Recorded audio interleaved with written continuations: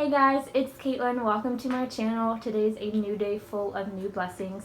If you're new around here, welcome. I make videos about my chronic illness, and today I am changing my feeding tube at home.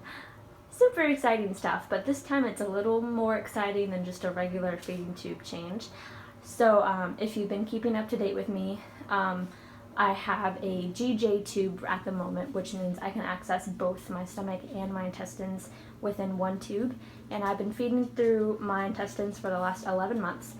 But the past couple weeks, I have been working on transitioning back to stomach feeding just because you don't want to be on intestinal feeding for more than you need to be, because it's just not good for your stomach to not get used to being fed regularly. So I've been working on that, and when I updated you guys last on how that was going, I said that my rate was at 55 milliliters an hour and that my goal was 80. Well, I just hit my goal of 80 about a week ago. So now I can justify taking out my GJ tube and just replacing it with a G tube. So that's what we're gonna do today. This next clip is going to be me changing my feeding tube. So if you don't want to see that, just skip until you see my beautiful face talking to you again. It'll be kind of up close, and when the tube comes out of me, it's going to be long and like brown and black and gross, and I might even gag a little bit. So if you don't think you can handle it, which is totally okay, then go ahead and skip this next clip. But if you're interested, then keep watching.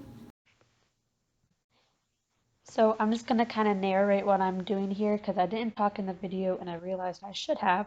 So yeah, so right now I am taking the old water out of the old tube. The water in the balloon is what keeps the tube inside of me. So I have to deflate the balloon in order to pull the tube out. Otherwise, that would be very, very painful.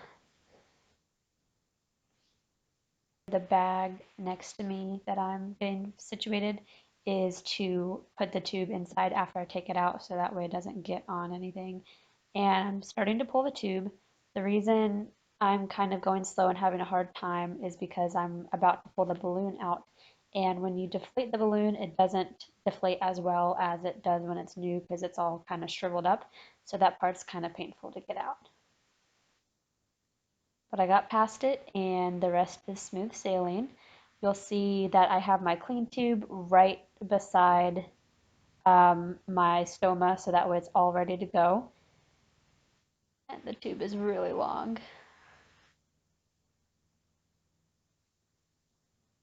All done, and putting the new tube in.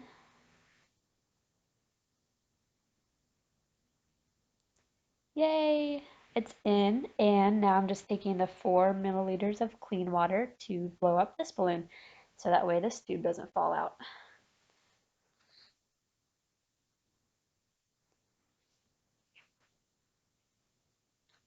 And all done. Yay, it's all done. It's really not painful at all. The only part that just feels the most uncomfortable is when the balloon is coming out, because it doesn't deflate as well as it does when it's like fresh and new.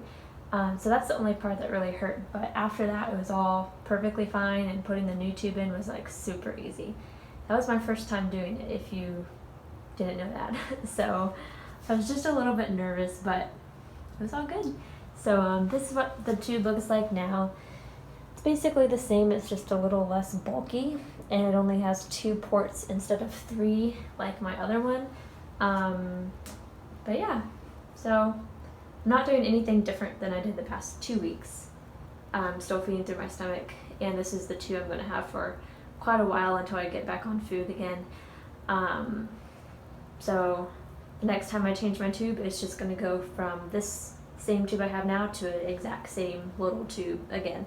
I won't, hopefully, hopefully, I won't have that really long tube again in the near future. So, yay! Thanks for watching.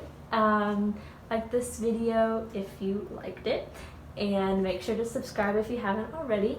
I will see you guys next time. Bye.